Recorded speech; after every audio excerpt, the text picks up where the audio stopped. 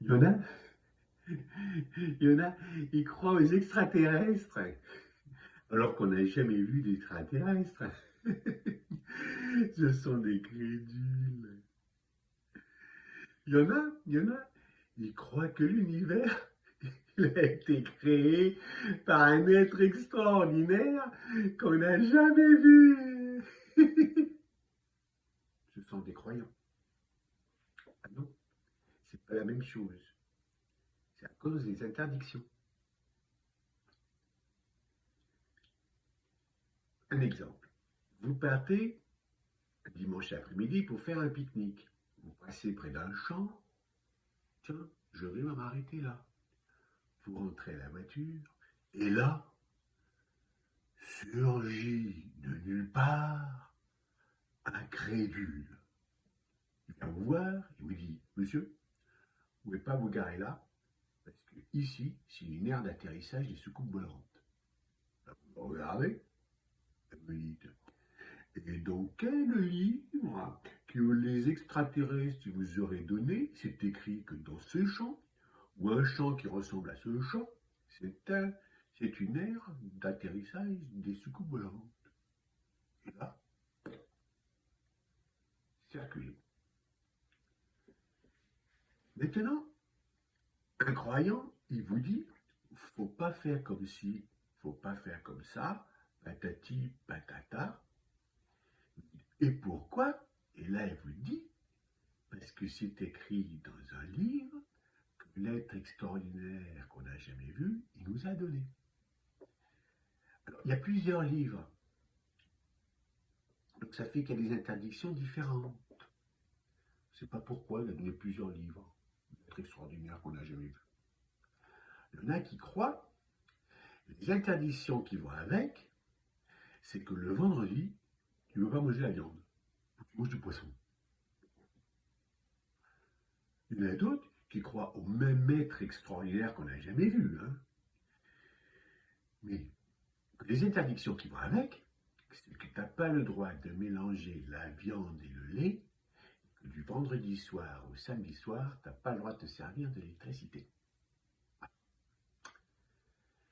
Il y en a d'autres qui croient au même être extraordinaire qu'on n'a jamais vu. Hein. Les interdictions qui vont avec, c'est que tu n'as pas le droit de manger du cochon, de boire de l'alcool. Alors, toutes ces interdictions différentes, des fois, entre eux, ils chipotent, ils chicorent pour savoir laquelle interdiction c'est la mieux. Mais il y a une chose qui les met d'accord, c'est que ceux qui ne croient pas, ils doivent faire comme eux qui disent qu'il faut faire par rapport à ce que eux y croient. Et que si ceux qui ne croient pas, ils ne font pas comme eux qui disent qu'il faut faire par rapport à ce que eux y croient, ben ceux-là, ce sont des intolérants. Ouais. Et même, si ceux qui ne croient pas, ils insistent à ne pas faire comme eux, ils disent qu'il faut faire par rapport à ce qu'eux y croient, ben ça peut heurter leur foi. Leur foi. Tu sais à quoi ça sert le foie? Le foie, ça sert à que tout ce que tu avales, tout ce que tu le manges, ça transforme. Tu manges du gras, cholestérol, ça transforme. Tu bois de l'alcool pour que ça transforme. Mais quand on dit heurter leur foie, c'est pas de ce foie-là qui parle. C'est de le foie au féminin, la foi. Alors c'est pareil, c'est pareil. La foi, c'est le foie du cerveau. Ça te permet de digérer toutes les idées qu'on te fait avaler. C'est pour ça que ça se dit pareil. Et c'est pour ça que le E du féminin de la foi, on a mis dans le foie au masculin, pour bien montrer que c'est la même chose. Tu vois? Non, mais ça se gère, hein, les interdictions. Ça se gère. Tout autant que tu n'aies pas envie de faire un truc improbable. Comme par exemple, avoir envie de te faire des chipolatas un vendredi soir au barbecue électrique. Alors là, pour le coup, c'est le strike, hein, la totale. Hein. Mais franchement, qui est-ce qui peut avoir l'idée de faire des chips au la tasse un vendredi soir au barbecue électrique? Pour le coup, c'est un extraterrestre. Hein. Alors qu'il est si simple de manger des merguez le samedi midi au charbon de bois. C'est bien meilleur. Oh, ça se gère, ça se gère. Hein, ça se gère. Non, ça se gère. Mais comment qu'on fait pour savoir quelle interdiction qu'on doit faire, puisqu'il y a des interdictions différentes? Tout est prévu. Pour savoir quelle interdiction on doit faire, tous les croyants, ils portent un signe distinctif ostentatoire pour savoir quelle interdiction on doit faire. Enfin, tous les croyants, tous les bons croyants,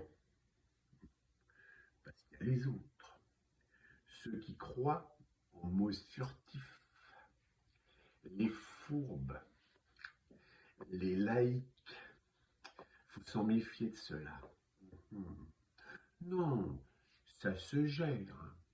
Donc, tant qu'on a affaire aux croyants des folklores du Moyen-Âge, ça va. Hein. Par contre, attention, maintenant, il y a le nouveau croyant.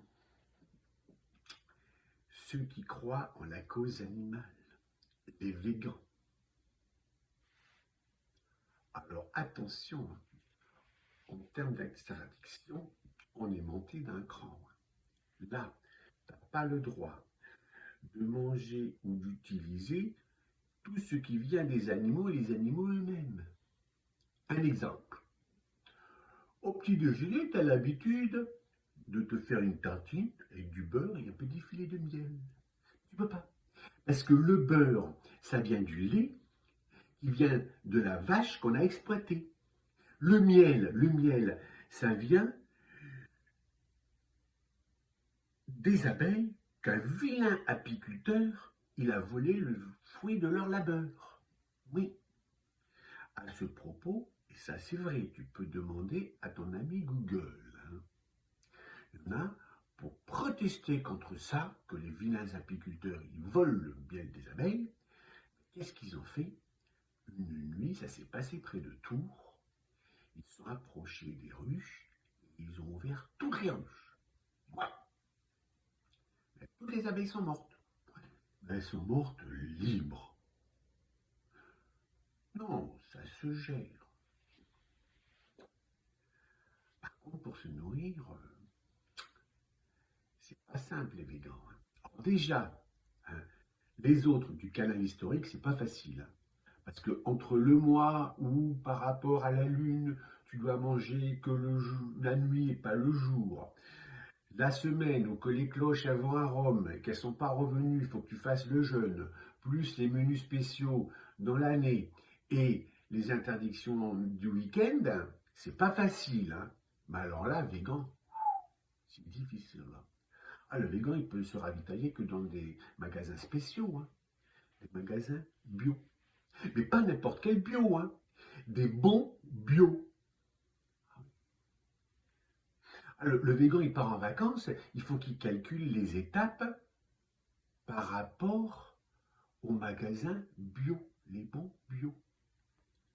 Ah, c'est un peu comme la Zoé. La Zoé, tu veux partir en vacances, il faut que tu calcules pour recharger les batteries.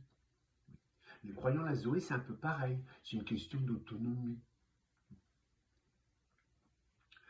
Le végan, il va dans le magasin bio. Et qu'est-ce qu'il trouve dans le magasin bio? Qu'est-ce qu'il y a dans tous les magasins bio? L'écolo. Oh, l'écolo, il est sympa, il a la banane, il est heureux, l'écolo, parce que il est heureux, l'écolo, il est heureux. Alors, l'écolo, en plus, on le reconnaît, il a les cheveux longs, il a la barbe. Si c'est un homme, et si c'est une femme, il a pas en pattes. Le système pileux, c'est le signe distinctif ostentatoire de l'écolo. Il est là, l'écolo, avec son crayon, tout content. Il a un pull vert que sa belle-sœur y a tricoté avec la laine des moutons d'un copain, il a dans l'Arzac. et puis que c'est lui qui file à l'ancienne. Bien, le végan, il le voit, il le croise, il regarde au fond de son chariot, il lui dit, tiens, vous avez acheté ces graines de sésame, attention, ça contient des traces de fruits à coque. Oh, l'école dit, oh, mais c'est pas grave, parce que je suis pas allergique, mais ceux-là, elles sont bien, parce qu'elles sont torréfiées au feu de bois, et c'est mieux pour la planète par rapport au CO2.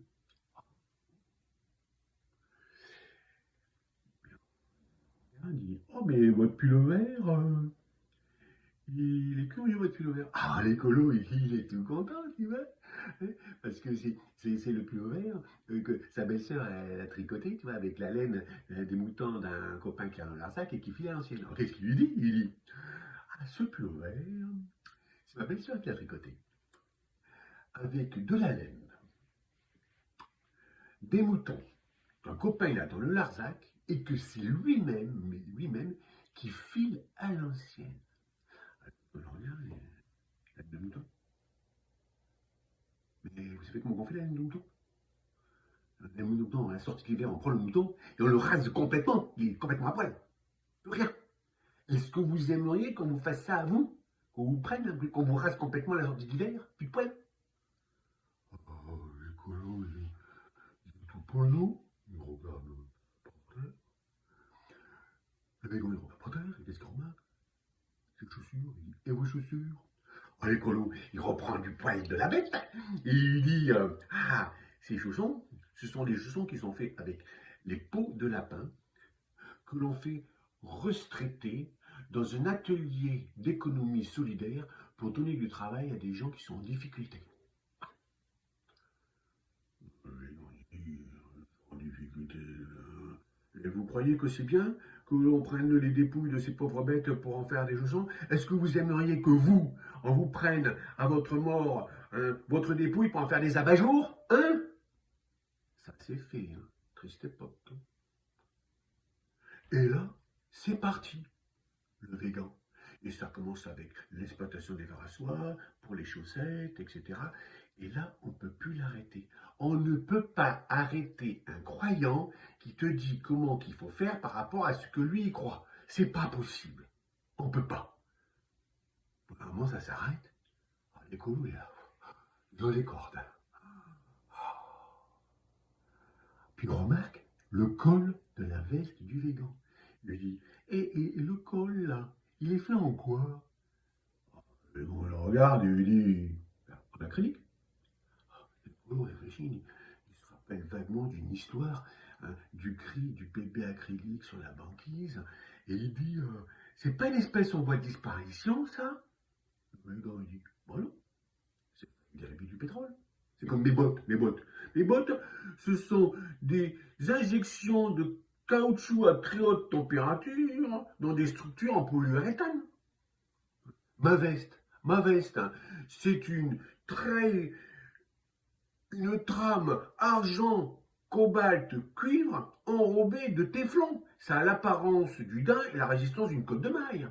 La ceinture, elle a la mémoire de forme, la nanoparticule. La boucle, elle est forgée au Japon, le tout est assemblé en Californie. L'alliance de la tradition et de la haute technologie. Oh, il regarde le végan et il se rend compte que devant lui, il a un type qui a le bilan carbone de la moitié du Bangladesh. La façon dont il est habillé, à rien que lui tout seul, il a fait fondre un morceau de banquise long comme le bras et il y a toute une famille d'ours au fond de l'océan. Qu'est-ce qu'il fait, l'écolo? Qu'est-ce qu'il fait? Qu'est-ce qu'il fait? Eh bien, il fait ce qu'on fait tous quand on est devant un croyant. On ne dit rien.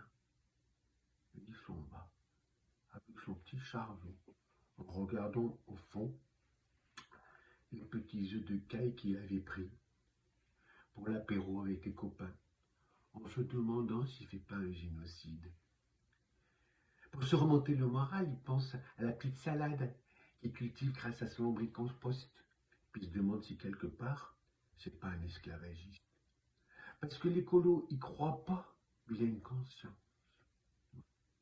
Les grands, il me regarde, satisfait de lui avoir dit ce qu'il faut faire par rapport à ce que lui croit. Et que si l'écolo, il n'a pas eu le temps de lui dire que par rapport à comment lui, il fait, il y a toute une famille d'ours qui est au fond de l'océan, c'est pas grave. Parce que ce qui est important, c'est pas comment on fait, mais ce que l'on croit.